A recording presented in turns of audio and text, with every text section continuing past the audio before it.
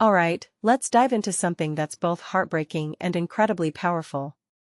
So, the documentary All the Empty Rooms just won an Oscar, and honestly, it's one of those projects that sticks with you long after it's over. But here's the thing, it's not just a documentary, it's a gut-wrenching reminder of the human cost of America's school shooting epidemic. What makes this really interesting is how it approaches the topic. Instead of focusing on the violence itself, it zeroes in on the bedrooms of children who were killed. These aren't just rooms, they're time capsules of lives cut short. And that's where the brilliance of this project lies. It humanizes a statistic in a way that's almost unbearable but absolutely necessary. Personally, I think what Steve Hartman and his team did here is nothing short of genius. They didn't just document a tragedy, they created a space for empathy. When you see a child's untouched bedroom, toys still on the floor, clothes still in the closet, dreams still written on a chalkboard, it forces you to confront the reality of what's been lost.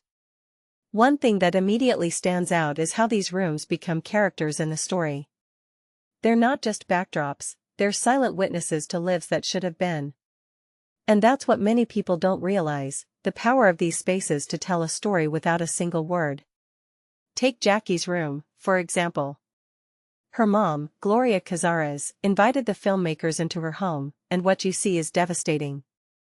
There's chocolate Jackie saved for a day that never came, and About Me chalkboard where she wrote she wanted to be a veterinarian. It's these tiny, intimate details that hit you hard. If you take a step back and think about it, this isn't just about Jackie or the other children in the film. It's about every child who's been lost to gun violence. And that's where the broader perspective comes in. This isn't just an American problem, it's a human problem. But America's struggle with gun violence is uniquely tragic, and this documentary forces us to ask why.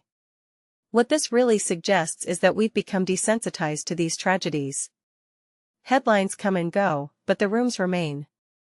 They're a physical reminder that these weren't just names on a news ticker, they were real kids with real lives. And that's why Gloria Cazares' words at the Oscars were so powerful. She said, "Gun violence is now the #1 cause of death in kids and teens." Let that sink in. #1. In my opinion, that's a national shame. But it's also a call to action. If the world could see these empty rooms, would we finally do something? That's the question this documentary leaves us with. A detail I find fascinating is how the filmmakers didn't need to show the shootings or the aftermath. The rooms did all the talking. Hair ties on a doorknob, a toothpaste tube left uncapped, these are the things that make a person real.